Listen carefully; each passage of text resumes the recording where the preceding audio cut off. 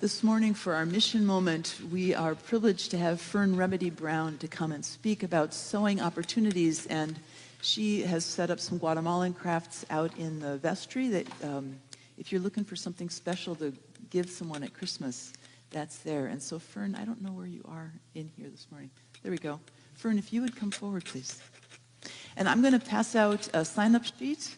I'm going to start on this side. Abby, when it comes to you, if you would bring it up here, and then Mike, when it comes to you, if you bring it up here. Thank you. Wherever you like. Yep. With the mic.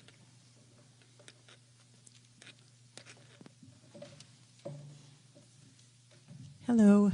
Some of you may remember me from last year. I also spoke last year. My name is Fern Remedi-Brown. This is my wife, Ginny Remedi-Brown, and we live in Malden.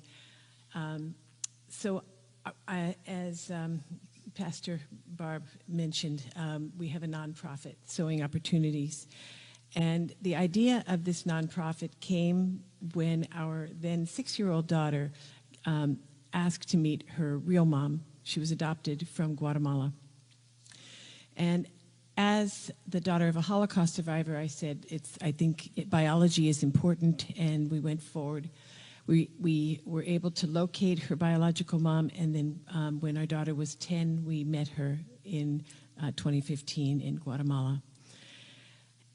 We formed a team to, initially we didn't think we were going to have a nonprofit, but we noticed that not only our daughter's biological mom, but the entire village, and fast forward, the entire region has no resources.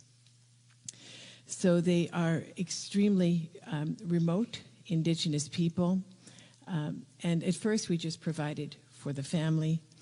And fast forward past conversations with the municipal government and a water tower being built, and helping them during the pandemic with groceries. In March 2022, we started a nonprofit with an agricultural project. So we now have greenhouse farming, which is sustainable, so that the people have enough to eat for their home, and also that they have enough that they can sell. We are now working with 3 villages. The second village was remarkable in that most of the men had left to try to get to the United States, and the women were left trying to take care of their children. The third village was remarkable in that also the same, with mostly women-led households, but the women were extremely collaborative with one another, and where they were feeling despondent because they had perhaps 5 children, others stepped in to help them and build their greenhouses with them.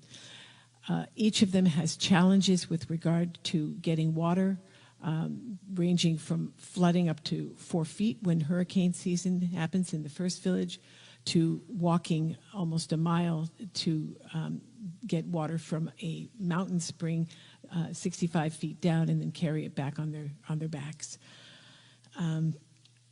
To get to this faraway region, we have to travel 12 hours of concentrated travel from Antigua, Guatemala, through difficult and dangerous terrain. And there are no tourists in this area. So when I visit, I'm something very strange.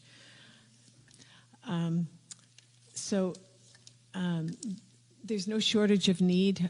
Our agricultural engineer is well known in the area now.